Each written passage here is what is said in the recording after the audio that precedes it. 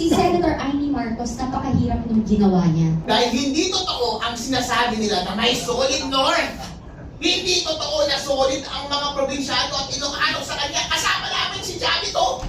Ang tagal-tagal na akong nananawagan din ng lahat ng mga men. Ever since 2024, lumabas po ako ng late 2020, mid-2024. Ako yung nagsabi, may problema po sa paggamit ng illegal substance ang ating presidente. Pero until now, kanila ho itong binabaliwala at hindi ho nila pinapansin. Ngayon ho, nakita ho natin sa lahat ng nangyayari sa ating bansa, ang pagmamalaki niya sa flood control projects na 5,000 na sabi niya na nakita niya at ginagawa na nila.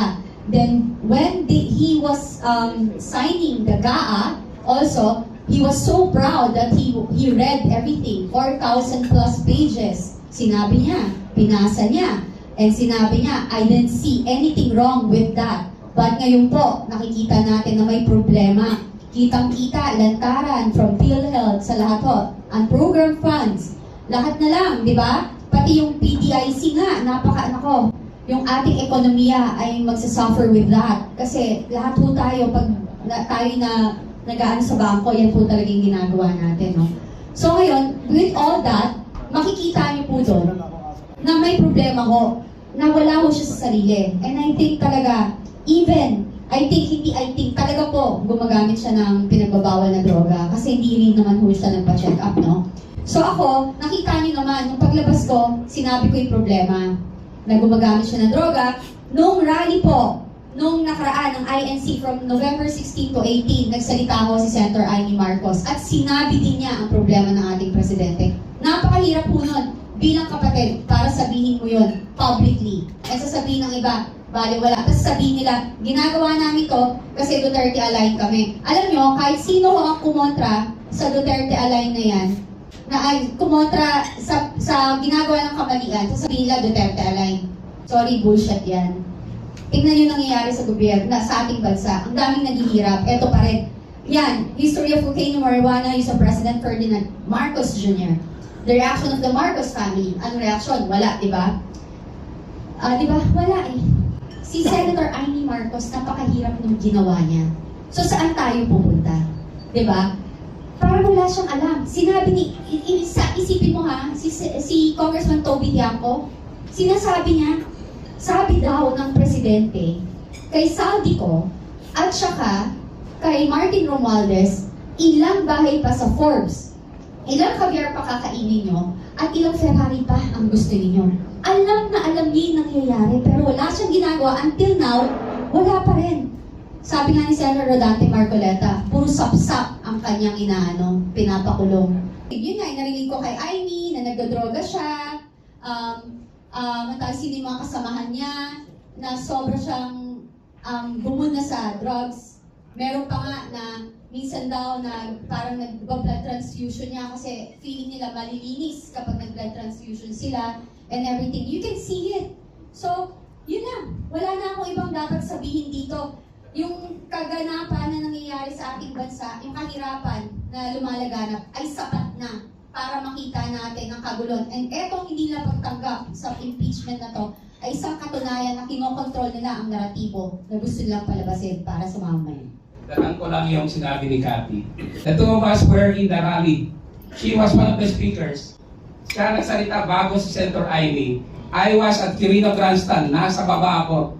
We were shocked when Senator Amy Marcos bared all dito sa alleged drug use, cocaine use, and marijuana ni Presidente Ferdinand R. Marcos Jr.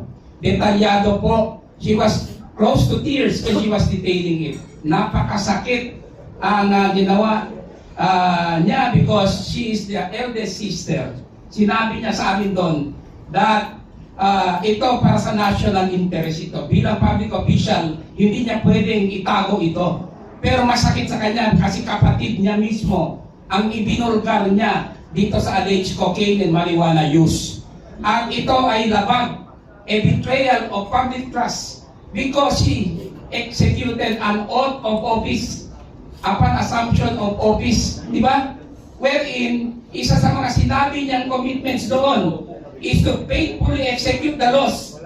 Ano yung batas na nilabag ni President Ferdinand Marcos in using drugs? Allegedly.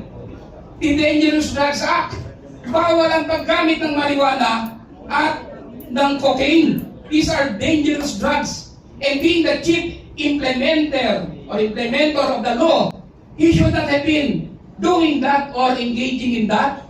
So you see, doon pa lang may betrayal of public trust. That is very demoralizing to our people because how could you fight drug addiction, drug importation, drug trading, drug sale, etc. kung ang mismong Pangulo ay naakusahan? We're not saying na totoo na yan. That's why may challenge sa kanya para mag-submit to a hair follicle test. Hanggang ngayon ayaw niya. Sinasabi niya hindi daw yan connected sa public trust. Yan nga, very much connected sa public trust eh. Public office is a public trust. When there is doubt on your capacity, you have to submit. Incapacity yun eh, yung paggamit. Kaya yan po ang aking reinforcement doon sa sinabi ni Cathy. Tama yun. Attorney Jing? Attorney. Just an addition. Alam mo, galing mismo sa kanyang kapatid, kay Ivy. These are personal knowledge of the use of cocaine. At galing mismo kay Ivy, sinasabi niya na makaka-apekto ito sa administration. Nakikita di ba si Marcos pag nagsasalita?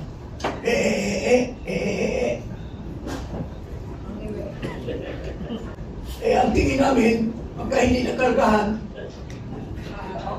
ng drugs, gumagano siya, maski doon sa Dubai, siya. Tama ba yan? Is that an honor and is it an honor to our country na mapapahiya ang isang Pangulo? Kaya nga, sa security naman, delikado din tayo sa security dahil kung hindi nag-isip ng mabuti ang ating Pangulo, baka mapinsala ang bansa natin. So, that's the reason why we raise the issue of his drug use as part of the articles of impeachment or charges. Pero kung dadagdag, Yes, Attorney Garcia. Yung, Attorney General Garcia.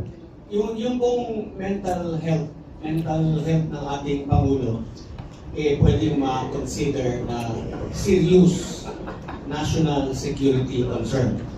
Alam po ninyo, pag gumagamit kayo ng droga, lalo na kung matagalan na, ang epekto po ng cocaine is magsishrink yung brain mo. Kaya pagka nag-shrink na yan, nagsisimula ka na magkano, sinahik iba na yung pag-iisip mo. Kaya yung mga drug addict, kung sumaksak yan, 75 tons, 85 tons, kasi ang tingin niya dun sa sinasaksak niya, diablo, buhay pa. Kaya samantalang patay na. Yung ganong klaseng hallucination. So what we're saying is, meron kasing issue sa kanya about prolonged continued drug use. So he owes it to the people. Pinapakiusap natin ito sa kanya noon pa. Patayin niyo po yung issue about you being drug addict ba tawag mo? Drug addict, yeah. Okay. Kill the issue. Simple lang naman po yun eh. May hair follicle test ka. Alam niyo po ba kung bakit hair follicle test? Hindi ko to sinasabi no kasi baka mali yung pagpapalagay. Yung kasi paggamit natin ng droga, naka-record sa buhok natin. So yung mga habang buhok yan, mas mahaba ang record yun. The history, your medical record on your drug use is recorded in your hair. So yun po yun, kaya sabi natin, hair follicle test. Kasi nandyan yung history no, kung gano'ng matagal ka nang gumagamit. So kaya po hair follicle yung hinihiri natin. So, Thank you, Gen. thank you. Sige po.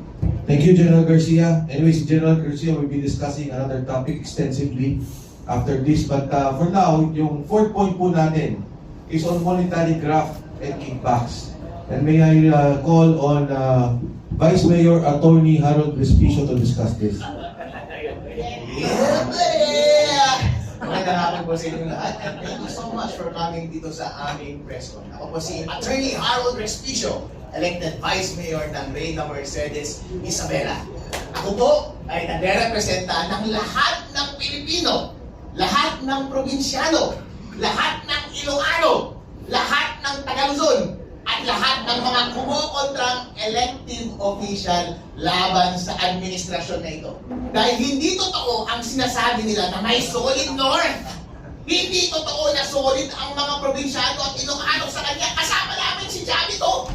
Hindi totoo na nakampi nila lahat ng mga naupong opisyal sa ating gobyerno dahil nandito ako, pinapakita ko yan.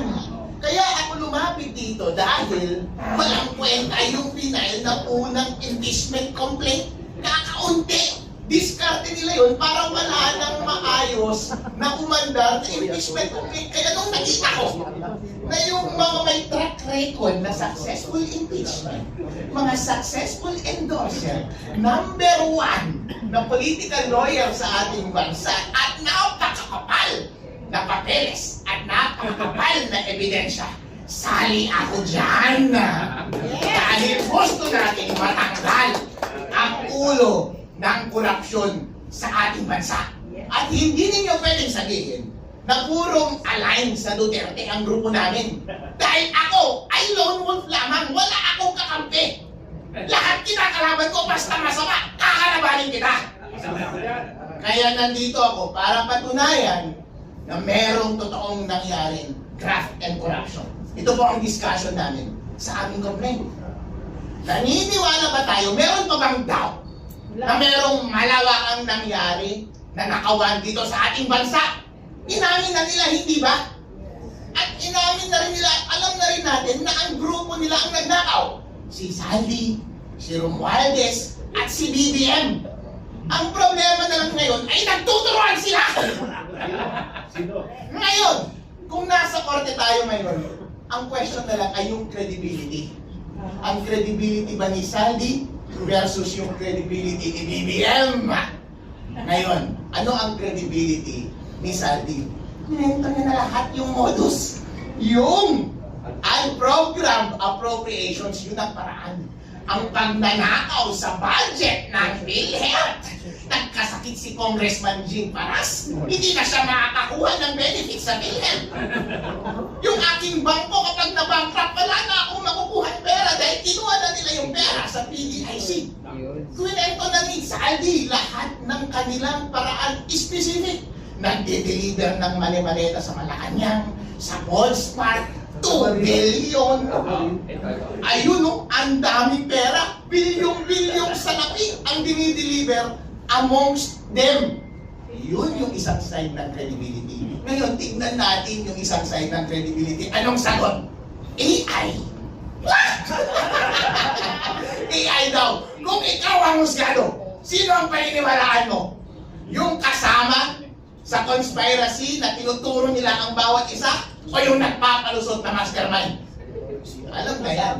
Kapag ikaw ang husgado, convicted yan. Kaya ang tanong lamang, ang simpleng question lamang, on the ground of graft and corruption, dito sa aming impeachment complaint, maniniwala ka ba kay Saldi? Kapag naniniwala ka kay Saldi at hindi ka naniniwala sa palusot ni BBM, impeach dapat si BBM dahil ground for impeachment ang graft and corruption. Magtagdag lang ako, no? Hindi lang graft and corruption. Yung pagtanggap ng 2 billion per month SOP or 57 billion na kickbacks, allegedly, na diniliver ni Saldi ko sa kanya, kay President Marcos Jr. that responded in an impeachment complaint, yan po ay violation ng Constitution, culpable violation. I'm referring to Article 7, Section 13. Bawal ang conflict of interest. Bawal kumuha ng kickbacks. Bawal tumanggap ng regalo sa mga transaksyon sa gobyerno. Saan ba galing itong 57 billion or 2 billion per month? Sa mga contractor po ito na may transaksyon sa gobyerno. Yan ang culpable violation of the Constitution of the President aside from Republic Act 3019, anti-graft law. Dalawa po ang kanyang violation dito sa kickback scheme or SOP na sinabi ni Saldi ko. Yung bribery ay kasama na sa graft and corruption, kasama na din siya dito sa Article 7, Section 13 of the Constitution.